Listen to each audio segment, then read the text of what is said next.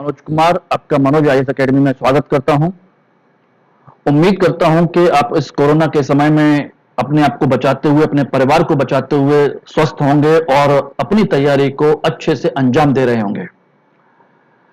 मानता हूं कि इस समय जो हम लोगों के सामने आया है, कोरोना की वजह से जो पैंडेमिक फैला हुआ है, ये एक बहुत ही संकट का समय है। लेकिन क्या ये संकट का समय एक समय के बाद गुजर नहीं जाएगा? बिल्कुल गुजरेगा। और उसको अच्छे तरीके से बाहर तक ले जाने या उसको खत्म करने में जो सबसे बड़ी भूमिका होगी वो हमारी और आपकी होगी। क्योंकि मैं और आप जैसे जो लोग हैं, मैंने पहले भी कहा, हम लोग वो लोग नहीं हैं जो साधारणतः कहा जाए कि आम आदमी है। We are not the common man. अगर कॉमन मैन होते तो हम कॉमन तरीके से कॉमन काम कर रहे होते, बल्कि हम लोग समाज में कुछ बदलाव लाने के लिए, समाज में कुछ अच्छा करने के लिए, कुछ ऊंचाइयां छूने के लिए हम प्रयास कर रहे हैं। और ये प्रयास कर ही नहीं रहे, बल्कि हम लोग चाहते हैं कि ये सब चीजें, ये सब कुछ बदलाव हो।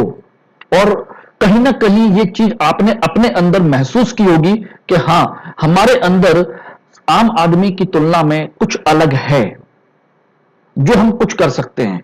अब कहेंगे कि अलग क्या है? अलग सबसे बड़ी चीज है अलग तरीके से सोचना। अगर आप सोचते नहीं तो इतना बड़ा फैसला कैसे लेते कि आप आईएएस पीसीएस जैसी, एक कहा जाए कि इंडिया की टॉप लेवल की जो सर्विसेज हैं, बहुत अच्छे लेवल की सर्विस हैं, उनको आप तैयारी करते। आप पहले क्या करते? छोटी मोटी चीजों के लिए जाकर के अपना फ्यूचर सिक्योर करते, जो आम आदमी करता है कि भैया पहले वही कर लो। और क्या करने की जरूरत है? छोटी सी जिंदगी है।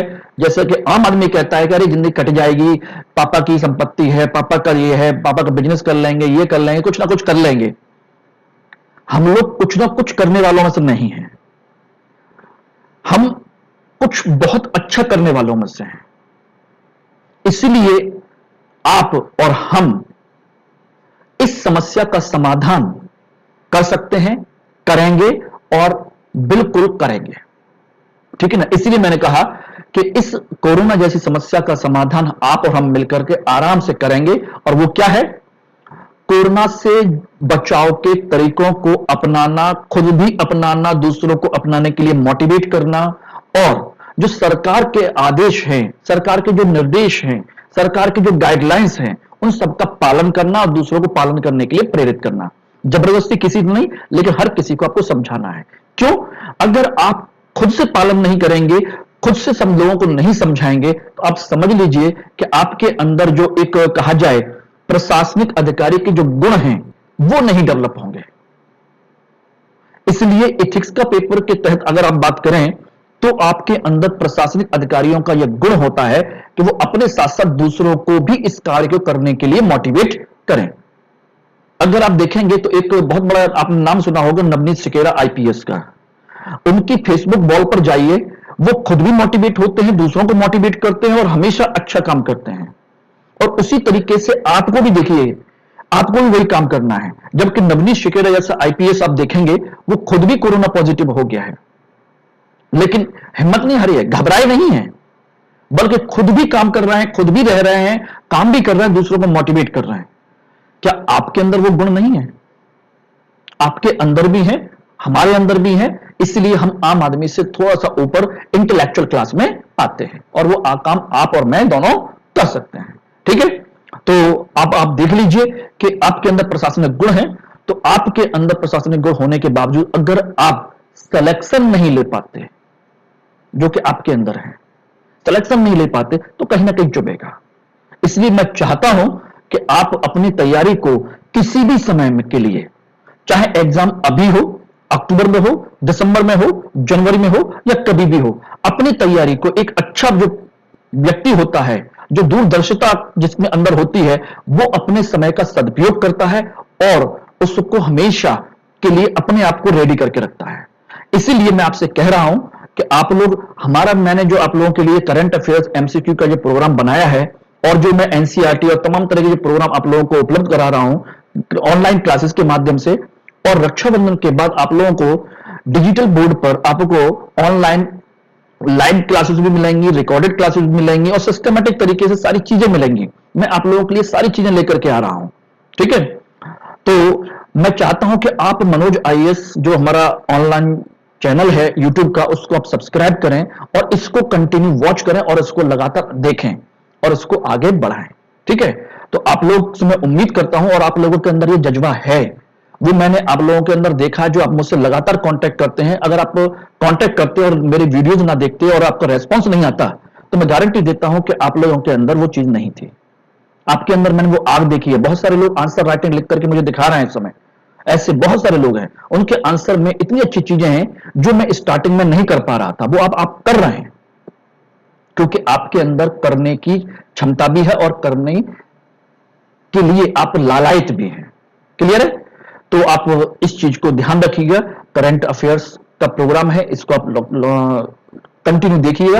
और मैं आपको एक चीज और बता दूं, करंट अफेयर्स के प्रोग्राम में, ये तो मेरा अपना करंट अफेयर्स एमसीक्यू सीरीज ये तो हमारी चलती रहेगी। मैं एक चीज और भी शुरू कर रहा हूं, इसको सेक्शन वाइज बांट करके सारी तैयारी करना, जनवरी से लेकर अक्टूबर तक के मिनिमम सारे सेक्शन को लेकर के चलना, जिसमें आपका नेशनल करंट अफेयर्स अलग होगा, इंटरनेशनल के लिए अलग होगा, साइंस टेक के लिए अलग होगा, इकोनॉमी के लिए अलग होगा, एनवायरमेंट के लिए अलग होगा, ठीक है ना। इस तरह से आपके अलग अलग सेक्शन के लिए अलग अलग मैं सीरीज बना रहा हूं आफ्टर रक्षाबंधन, जिससे कि आप लोग एक साथ सारी चीजों को कवर कर पाएंगे। यानी जनवरी से लेकर के जुलाई तक के जितना भी कंपाइलेशन हो चुका है, उन सबका मैं कंपाइलेशन आप लोगों को उपलब्ध कराऊंगा, ठीक है ना। तो मैं चाहता हूं कि उसका अगर आप लाभ उठाना चाहते हैं आप सभी लोग, तो आज ही हमारा जो चैनल है यूट्यूब का मनोज आईएएस, इसको आप सब्सक्राइब करें और लाइक करें, दूसरों को शेयर करें, दूसरे लोगों को जोड़ें। चलिए आज की क्लास हम यहां से स्टार्ट करते हैं।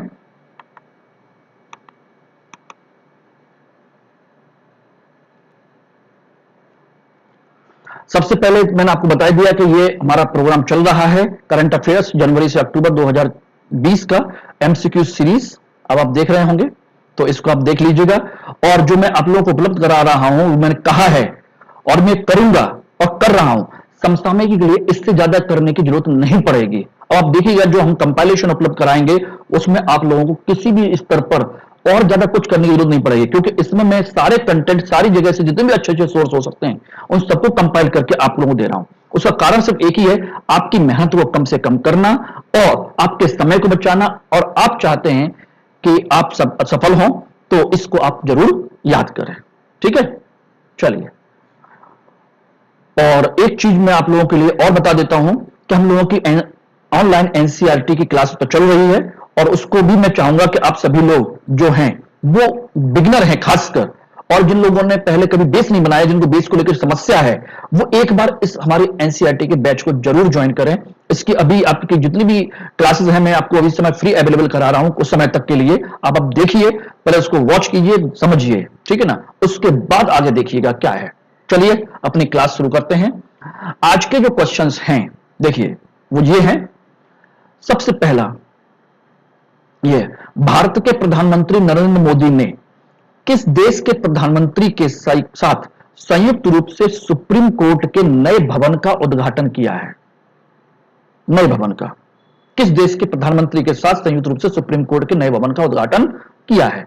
Option A Fiji, option B Afghanistan, option C Maldives, option D Mauritius.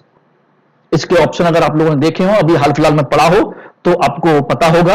Otherwise इसका डिस्कशन जो विश्लेषण है हम अभी देखेंगे। Question number 2, online job portal रोजगार बाजार का शुभारंभ करने वाला राज्य है? यानी किस राज्य ने ऑनलाइन जॉब पोर्टल रोजगार बाजार की शुरुआत की है?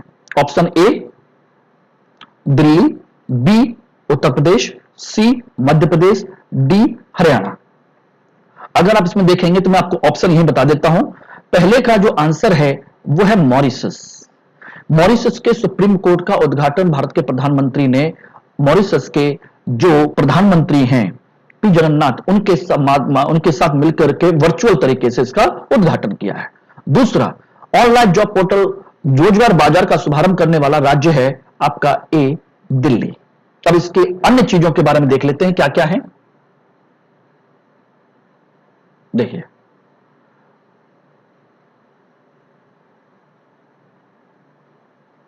यह है आपका क्वेश्चन नंबर 1 का विश्लेषण, डी मॉरिशस। भारतीय प्रधानमंत्री मोदी और मॉरिशस के प्रधानमंत्री प्रविंद जगन्नाथ, पी जगन्नाथ कहते हैं, ने वीडियो कॉन्फ्रेंसिंग के माध्यम से मॉरिशस के सुप्रीम कोर्ट की नई बिल्डिंग का उद्घाटन किया है। यह बिल्डिंग मॉरिशस की राजधानी पोर्ट लुइस, ध्यान रखिएगा, इसको याद कर लीजिए, कभी कभी ऐसे इजी क्वेश्चन पूछ लेता है। पोर्ट लुइस में भारत की सहायता से बनी है, यानी भारत ने हेल्प की है, और भारत ने कितनी हेल्प की है वो ये रही, 35.3 करोड़ डॉलर, यानी कि 35.3 करोड़ डॉलर का बेसिस पैकेज दिया था, उसके बाद यह बिल्डिंग बनाई गई है। इसलिए प्रविंद जगन्नाथ ने, यहाँ की मॉरिशस के प्रधानमंत्री हैं, उन्होंने भारत के प्रधानमंत्री मोदी जी के साथ मिलकर के इसका वीडियो कॉन्फ्रेंसिंग के माध्यम से उद्घाटन किया है, और इसकी राजधानी कहां है, पोर्ट लुइस। चलिए क्वेश्चन नंबर 2 का विश्लेषण देखते हैं। ऑप्शन मैंने आपको बता दिया था, दिल्ली। रोजगार बाजार का शुभारंभ 27 जुलाई को हुआ। कारण है देशव्यापी लॉकडाउन से भारतीय अर्थव्यवस्था भी प्रभावित हुई है, और बड़ी संख्या में बेरोजगारों की संख्या भी बढ़ी है, ठीक है ना। तो ऐसी स्थिति में बेरोजगारों को पटरी पर लाने और अर्थव्यवस्था को पटरी पर लाने के लिए रोजगार बाजार का शुभारंभ किया गया है, यानी कि एक ऐसा पोर्टल बनाया गया है जहां पर बेरोजगार लोग अपनी इच्छा के अनुसार, जिसमें वो स्किल्ड हैं, उसमें वो जाकर के अपने आप को रजिस्टर करेंगे, और वहां पर आपके व्यापारी वर्ग यानी उद्योगपति वर्ग भी अपने आप को रजिस्टर करेगा। वहां से देखेगा किसका प्रोफाइल कैसा है, वह अपने तरीके से उनको वहां से कामगार को खोजने में सहायता करेगा, यानी कि कामगार को खोजेगा, यानी कि दोनों को वहां से आसानी हो जाएगी। और ऐसा करने वाला दिल्ली पहला राज्य है जिसने ये रोजगार बाजार की शुरुआत की है। इट इज क्लियर, यानी व्यापारियों को सुविधा हो जाएगी, उनको रोजगारों जो आपके श्रमिक हैं उनको ढूंढने की जरूरत नहीं पड़ेगी, और श्रमिकों को आसान हो जाएगा उनको नौकरी ढूंढने की।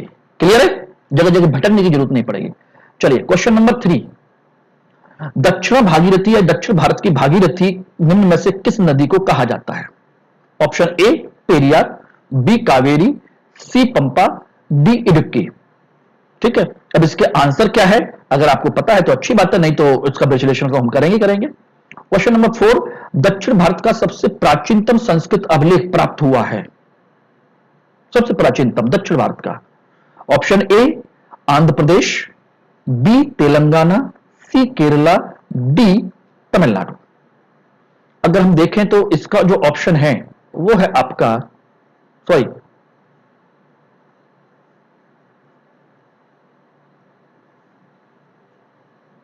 पंपा, दक्षिण भारत की कही जाती है, और दक्षिण भारत का सबसे प्राचीनतम अभिलेख यह प्राप्त हुआ है आपके आंध्र प्रदेश से। तो इन आंसर को आप लोग देख लीजिएगा, ये 2 आंसर हैं। ठीक है, इसका विश्लेषण देखते हैं और क्या क्या काम का हो सकता है। देखिए क्वेश्चन नंबर 3 का जो सी है पंपा, यह केरल की तीसरी सबसे बड़ी नदी है।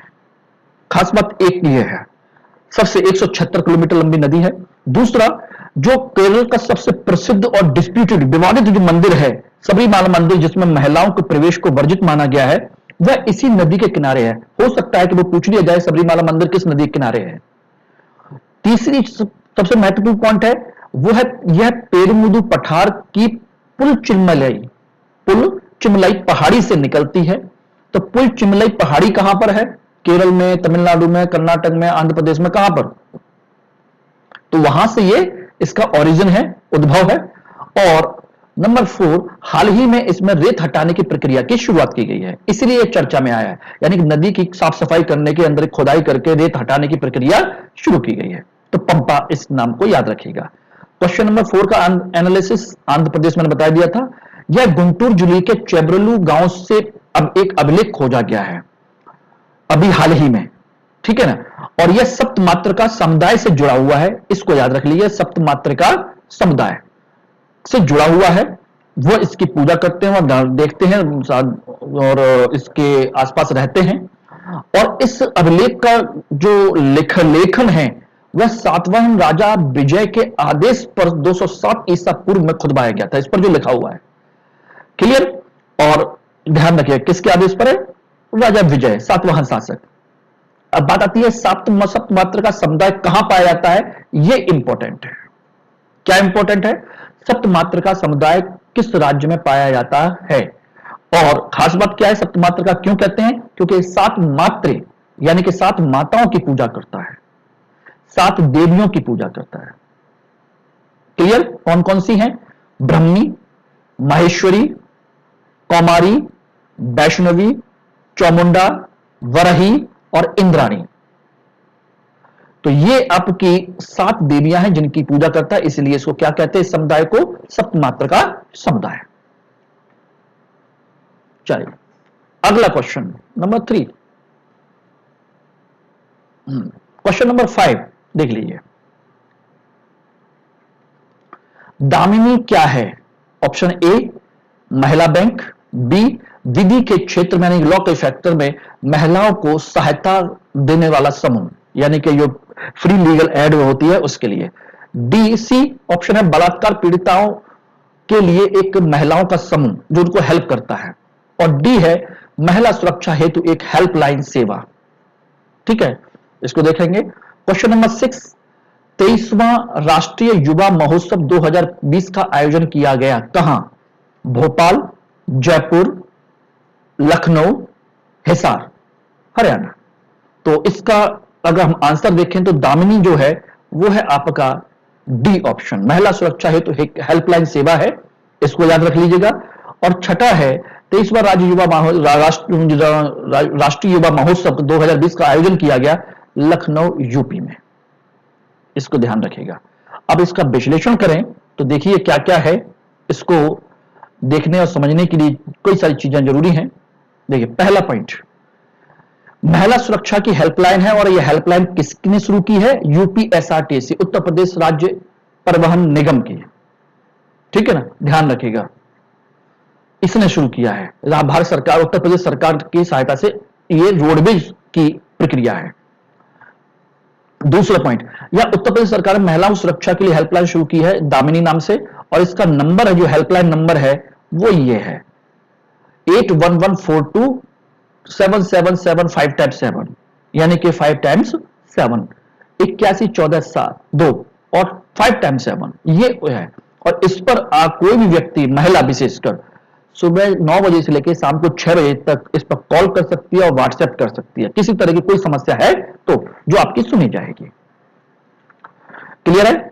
अगला है क्वेश्चन नंबर 6 का बी ऑप्शन, लखनऊ यूपी में आपका राष्ट्रीय युवा महोत्सव का आयोजन किया गया था। यह कहां किया गया था? इंदिरा गांधी प्रतिष्ठान लखनऊ में। इसकी थीम है फिट यूथ फिट इंडिया, इसको याद रख लीजिएगा, इंपॉर्टेंट।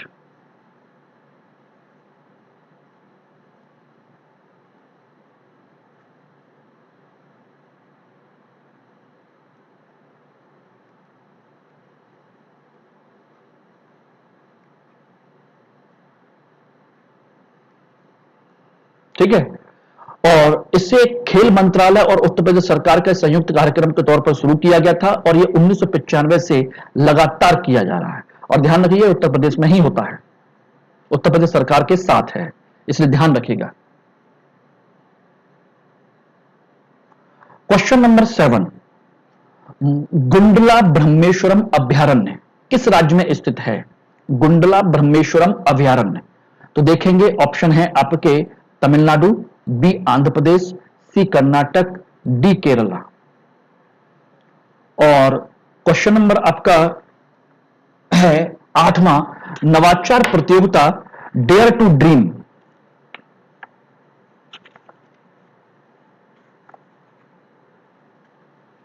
नवाचार प्रतियोगिता डेयर टू ड्रीम 2 किस संगठन द्वारा शुरू की गई है? इसरो, स्किल इंडिया, शिक्षा विभाग, डीआरडीओ। ठीक है ना, इसको लेकर के तो ये देख लीजिए। अगर इसके ऑप्शन की बात की जाए तो इसका ऑप्शन है आपका आंध्र प्रदेश, और 8वें का ऑप्शन जो है वो है आपका डीआरडीओ। अब ये कैसे कैसे हैं इनके बारे में विश्लेषण कर लेते हैं, क्या क्या है। देखिए क्वेश्चन नंबर 7 का मैंने बताया था आंध्र प्रदेश, यह नागार्जुन सागर श्रीशैलम टाइगर रिजर्व का ही एक भाग है, दक्षिण में पाया जाता है। ठीक है ना, इसको ध्यान रखिएगा, नागार्जुन सागर श्रीशैलम। और ध्यान रखना नागार्जुन सागर श्रीशैलम आंध्र प्रदेश का एकमात्र टाइगर रिजर्व है, ध्यान रखना, एकमात्र टाइगर रिजर्व, ध्यान रखना, अकेला। हाल ही में भारत सरकार ने भारत में बाघ सह शिकारी और शिकार की स्थिति पर रिपोर्ट जारी की, इसलिए चर्चा में रहा है। ठीक है ना, बाघ, सह शिकारी और शिकार की स्थिति, यानी कि सह शिकारी उसके और कौन कौन से शिकारी है, शिकार की स्थिति कैसी है, यानी कि उसको शिकार मिलेगा कि नहीं मिलेगा, इन सब चीजों को लेकर के जारी की गई। और यहां बताया गया कि यह बाघों के लिए यहां पर शिकार की बहुत कमी है, इसलिए बाघों की संख्या भी कम होती चली जा रही है, इसलिए चर्चा में आया है। क्वेश्चन नंबर 8 का डी ऑप्शन, डीआरडीओ। आपका जो प्रोग्राम शुरू किया गया है वो डॉक्टर कलाम की 5वीं पुण्यतिथि पर, यानी कि जो उनकी मृत्यु की 5वीं पुण्यतिथि पर 27 जुलाई 2020 को शुभारंभ किया गया। ठीक है ना, यह इनोवेटर्स स्टार्टअप को रक्षा अंतरिक्ष के क्षेत्र में बढ़ावा देने के लिए शुरू किया गया है। जितने भी इनोवेटर्स हैं, स्टार्टअप्स हैं, उनको रक्षा के क्षेत्र और अंतरिक्ष के क्षेत्र में बढ़ावा देने के लिए किया गया है।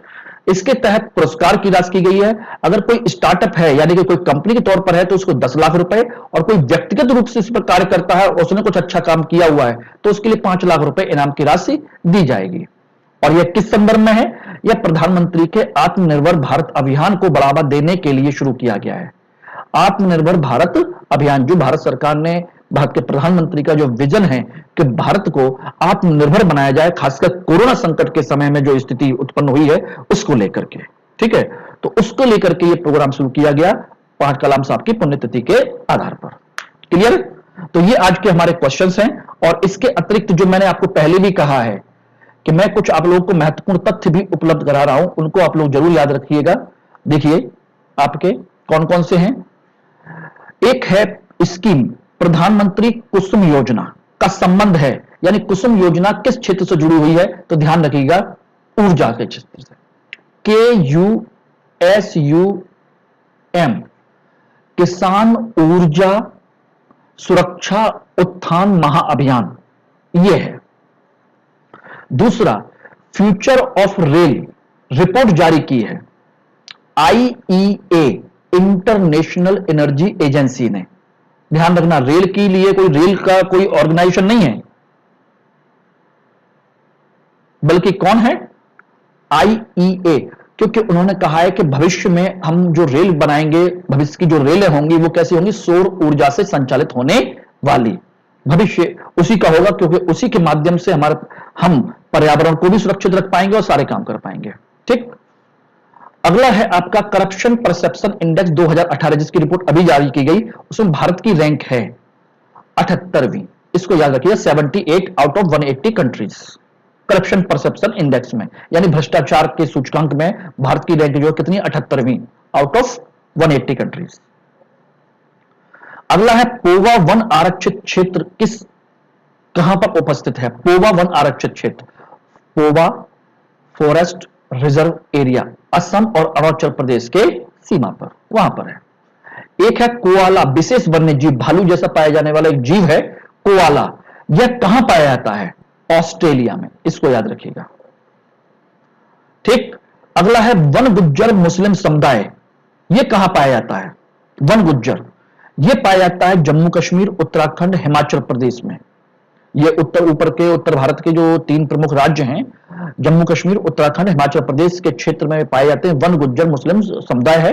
ठीक है ना। और विशेष तौर पर अभी हाल ही में ये उत्तराखंड के राजाजी पार्क में को लेकर काफी चर्चा में है, वहां पर ये काफी पाए जाते हैं, मतलब रहते हैं, और उनको लेकर के बात चली है कि क्यों ना इनको वहां से हटाया जाए।